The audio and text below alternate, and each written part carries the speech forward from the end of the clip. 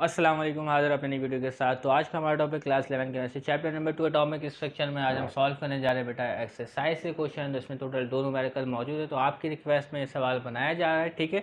लेकिन जिसमें पहला सवाल मौजूद है, calculate radius of hydrogen of third orbit. तो ये सवाल मैंने जब मैं इसका टॉपिक पढ़ा रहा था, इसकी डेरिवेशन करवाई थी, तो वहाँ पर इस सवाल को मैंने एक्स्ट्रा करवाया था, ठीक है। तो अगर आप इसको पढ़ लिया तो ये सवाल आपको मिल सकता है, ठीक है। बिल्कुल वही सवाल तभी मैं इसे नहीं करवाया था। और फिर इस सवाल को भी मैं जब बोहर को पढ़ाते हुए ये सवाल करवा चुका हूँ, ठीक है, इसी तरह का सवाल। लेकिन आज ये देख लेते हैं, अगर आपको कोई प्रॉब्लम है तो आप इससे उस प्रॉब्लम को दूर कर सकते हैं, ठीक है। तो पहला सवाल सॉल्व करते लिखा हुआ calculate radius of hydrogen of third orbit, ठीक है। तो हाइड्रोजन एटम के थर्ड ऑर्बिट का रेडियस आपने मालूम करना है, ठीक है। और आपको Bohr constant for hydrogen atom दिया गया है 0.529 एंगस्ट्रॉम। जैसे कि आप जानते हैं, सवाल सॉल्व करना कोई मुश्किल काम नहीं, ठीक है। तो डेटा भी आप बना सकते हैं, ठीक है। तो डेटा में क्या है, डेटा में क्या कोई ख़ास चीज़ें तो नहीं आने वाली इसमें। तो बोहर का कांस्टेंट आपको दिया हुआ है, उसको ए नॉट से जाहिर करते हैं, जो कि है 0.529 एंगस्ट्रॉम। और आपको मालूम करना है रेडियस ऑफ थर्ड ऑर्बिट, ठीक है, रेडियस, ठीक है। और किसका मालूम करना है, थर्ड ऑर्बिट का, ठीक है। ये मालूम करना है। तो आज हम सॉल्व करते हैं किस तरीके से। फॉर्मूला है आर इज इक्वल टू, ठीक है, r is equal to a naught n square divided by Z. ये जेड के मायने क्या बेटा, जेड बराबर होगा 1 के, क्योंकि हाइड्रोजन का कहा जा रहा है जेड के मायने है एटॉमिक नंबर। तो हाइड्रोजन का एटॉमिक नंबर होता है 1, ठीक है। तो इस तरीके से हम जेड की जगह क्या लिखेंगे बेटा, जेड इज इक्वल टू 1 लिखेंगे, ठीक है, फॉर हाइड्रोजन, ठीक है। तो for hydrogen Z is equal to 1, क्योंकि हाइड्रोजन का एटॉमिक नंबर 1 होता है। तो जेड एलिमिनेट हो जाएगा। वैल्यूज पुट करते हैं। ए नॉट की जगह जो वैल्यू आएगी वो आएगी 0.529 एंगस्ट्रॉम, ठीक है। एन की जगह आएगा बेटा 3 का स्क्वायर, क्योंकि थर्ड ऑर्बिट का आपने क्या मालूम करना है। तो फिर आप क्या करेंगे बेटा, इसकी कैलकुलेशन करेंगे, वो आएगा 0.529 एंगस्ट्रॉम। 3 का स्क्वायर आपके पास होगा 9। तो आपने 9 को मल्टीप्लाई करना 0.529 से, तो वैल्यू आती है आपके पास 4.761 एंगस्ट्रॉम। तो थर्ड ऑर्बिट का जो रेडियस है वो आपके पास है 4.761 एंगस्ट्रॉम, ठीक है। तो इस तरीके से करेंगे। अगर आपको और मसाले हो सकता है पेपर में आपसे पूछ ले 4 ऑर्बिट का रेडियस, तो इसके लिए आप जो है कि ना, जो रेडियस की वीडियो है उसको देखिए, डेरिवेशन ऑफ रेडियस, उसमें एग्जाम्पल्स करवाए गए आपको बुक से ज़्यादा, ताकि तमाम कंसेप्ट आपको क्लियर हो जाए। तो आज आप दूसरा सवाल सॉल्व करते हैं। तो दूसरा सवाल मौजूद है हमारे पास, a photon of wave number. Photon का वेव नंबर आपको दिया गया है। तो वेव नंबर से आप वाकिफ़ होने चाहिए आप, ठीक है। Is emitted when electron undergoes a transition. तो लिखा हुआ है photon of wave number emitted, तो मतलब इलेक्ट्रॉन जो है एक्साइटेड स्टेट से लोअर एनर्जी स्टेट पे जा रहा है, ठीक है ना। क्योंकि फोटोन क्या बेटा, एमिट हो रहा है when electron undergoes a transition from higher orbit to n is equal to 2। तो हमें हायर ऑर्बिट का नहीं पता है कि इलेक्ट्रॉन किस ऑर्बिट से ट्रांजिशन करके लोअर ऑर्बिट पे आ रहा है। लेकिन लोअर ऑर्बिट कौन सा बेटा, एन इज इक्वल टू 2। तो ऑर्बिट नंबर 2 में इलेक्ट्रॉन ट्रांजिशन करके आ रहा है हायर ऑर्बिट से। तो हमें हायर एनर्जी ऑर्बिट का नहीं पता, ठीक है, लेकिन उसका वेव नंबर पता है। तो जब इलेक्ट्रॉन हायर ऑर्बिट से जंप करेगा लोअर ऑर्बिट पे, ठीक है, तो क्या बेटा, वेव रिलीज करेगा, एनर्जी रिलीज करेगा in the form of wave. और उस वेव की बेटा वेव नंबर भी होगी। तो हमें वेव नंबर बता दिया और ये बता दिया कि इलेक्ट्रॉन किस ऑर्बिट में जंप करके आ रहा है। तो हमें ये मालूम करना है कि इलेक्ट्रॉन किस एनर्जी लेवल से जंप किया है, ठीक है। ये पता है कि इलेक्ट्रॉन जंप करके कहाँ आया है, लेकिन ये नहीं पता कि कहाँ से जंप करके आया है। तो जहाँ से जंप करके आया है वो आपने बताना है कि इलेक्ट्रॉन ने किस ऑर्बिट से जंप किया है। तो determine the orbit from which electron fall. तो आपने मालूम करना है इलेक्ट्रॉन कहाँ से गिरा है। And also the spectral line, और स्पेक्ट्रल लाइन के बारे में बताना है कि वो किस तरीके से रिलीज़ हुई है, ठीक है। तो किस तरीके की स्पेक्ट्रल लाइन रिलीज़ हुई है, आया बाल्मर सीरीज़ में, लाइमन सीरीज़, पास्चन, ठीक है। तो ये आपने बताना है। तो ये बात तो आप जानते हैं।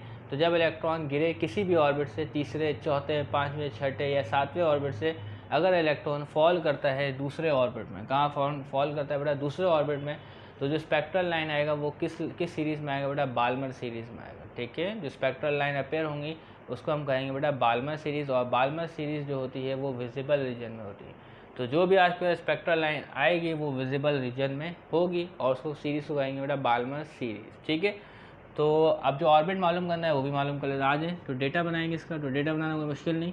तो वेव नंबर आपको दिया हुआ, वेव नंबर का सिंबल मैंने लिख दिया 23 मल्टीप्लाई 10⁵ मीटर इनवर्स, ठीक है। और N1 की वैल्यू आपको दी गई है लोअर एनर्जी ऑर्बिट की, वो दी गई 2, ठीक है। रेडबर्ग कांस्टेंट इसको शो करेंगे RH से 1.09678 एक्सपोनेंट 7 मीटर इनवर्स, ठीक है। और मालूम करना है n2 यानी किस ऑर्बिट से इलेक्ट्रॉन ने जंप किया है। फॉर्मूला है इसका wave number is equal to RH1 divided by n1 square minus n2 square. Clear है। इस फॉर्मूले में आपने वैल्यूज रखनी है और सॉल्व करना है। तो वेव नंबर की वैल्यू आपके पास मौजूद है 23 एक्सपोनेंट 5, ठीक है, ओके। इसी तरीके से RH की वैल्यू आपके पास आएगी 1.09678 एक्सपोनेंट 7, ओके। और इसी तरीके से n1 में जो आपके पास वैल्यू आएगी वो आएगी 2 का स्क्वायर, ठीक है। और n2 में जो वैल्यू आएगी वो तो आपने मालूम करनी है। तो अगले स्टेप में क्या करना है बेटा, ये मल्टीप्लाई हो रहा है तो आप इसको डिवाइड में भेजेंगे 23 के। तो 23 एक्सपोनेंट 5 डिवाइडेड बाय 1.09678 एक्सपोनेंट 7, और ये बराबर है, यहाँ देखिए यहाँ कैलकुलेट करें 1 डिवाइडेड बाय, तो 1 डिवाइडेड बाय 2 का स्क्वायर क्या होगा 4, ठीक है। और बाकी ये इसी तरीके से लिखा जाएगा क्योंकि ये तो मालूम करना है। तो इसको सॉल्व कर लेते हैं। तो इसको सॉल्व करने पे वैल्यू क्या आती है इसको देखते हैं। तो उसको सॉल्व करने में जो वैल्यू आती है हमारे पास वो आती है 0.209, ठीक है। और ये बराबर है 1 divide by 4 minus 1 divide by n2 और इसका स्क्वायर, ठीक है। तो अब करना क्या आपने कि n2 की वैल्यू मालूम करनी है, ठीक है। तो ये जो n2 की वैल्यू है 1 डिवाइड बाई n2 और उसका स्क्वायर की वैल्यू, इसको आप इस तरफ शिफ्ट कर दें, ठीक है। इसको आप पूरा इज इक्वल टू के साइड शिफ्ट कर दें। तो ये माइनस का है, इस तरफ आके क्या हो जाएगा बेटा प्लस हो जाएगा, ठीक है। और ये जो है इसको आप इज इक्वल टू के उस साइड शिफ्ट कर दें, तो ये प्लस का है तो ये जाके माइनस हो जाएगा, ठीक है। तो देखें ये उस तरफ आएगा तो ये लिखाएगा 1 डिवाइड बाई n2 का स्क्वायर, ठीक है। और ये अपनी जगह में वैसे ही मौजूद है 1 डिवाइड बाई 4, और ये प्लस का उधर जाके इज इक्वल टू के साइड जाके माइनस हो जाएगा, ठीक है, 0.209, ठीक है। तो 1 डिवाइड बाई 4 बराबर होगा 0.25 के, ये बराबर होगा 0.209। तो आप क्या 0.25 से माइनस करते 0.209 को, तो वैल्यू आती है आपके पास 0.041, ठीक है। तो यहाँ तक क्लियर है, कोई मसला तो नहीं। तो आगे बढ़ते, तो यहाँ तक हमारा मामला हल हो गया। अब करना है क्या, ज़रा देखें इसको क्या है बेटा, आप इस n2 और इस स्क्वायर को क्या करें, इस तरफ भेज दें और इसको इस तरफ भेज दें, ठीक है। ये इधर चले जाए और ये इधर आ जाए, ठीक है। तो क्या होगा n2 और उसके ऊपर 2 पावर, ठीक है, n2 और उसका स्क्वायर, और ये जो है 0.041 इसके नीचे आ गया, तो 0.041। तो आपने क्या करना है, 1 को डिवाइड करना है 0.041 से, ठीक है। तो इसको डिवाइड करें, तो इसको डिवाइड करने में जो वैल्यू आपके पास आ रही है वो आ रही है 24.4। क्या आ रही है बेटा 24.4, यहाँ तक क्लियर है।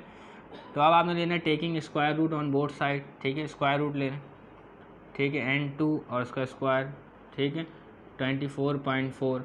तो जब स्क्वायर रूट लेंगे ये तो स्क्वायर से रूट कट गया तो बचा n2, ठीक है। इसको कैलकुलेटर में लिखें, स्क्वायर रूट लिखें 24.4 लिखें, तो वैल्यू आती है आपके पास 4.93 वैल्यू आती है, ठीक है, ओके। जो कि अप्रॉक्सीमेटली बराबर होगी किसके बेटा 5 के, जो कि अप्रॉक्सीमेटली बराबर होगी किसके बेटा 5 के। तो आपने इसको 5 के बराबर लेना है क्योंकि थोड़ा बहुत एरर जो है वो आ जाता है, ठीक है। तो जो इलेक्ट्रॉन जो है वो जंप किया, तो आप इसको लिखिएगा कि इलेक्ट्रॉन जो है वो जंप किया, कहाँ से जंप किया बेटा, ऑर्बिट नंबर 5 से जंप किया है, कहाँ पे, ऑर्बिट नंबर 2 में। तो इसके नतीजे में जो आपके पास स्पेक्ट्रल लाइन आया है वो किस सीरीज़ में आया बेटा, बाल्मर सीरीज़ में आया, और बाल्मर सीरीज़ जो होती है वो विजिबल रीजन में होती है, ठीक है। तो इस तरीके से आपने लिखना है। तो उम्मीद करते हैं तमाम बात आपको समझ में आ गई होगी। तो मिलते हैं नेक्स्ट वीडियो में, तब तक इजाज़त दीजिएगा, चैनल को सब्सक्राइब कीजिएगा। अल्लाह हाफिज़।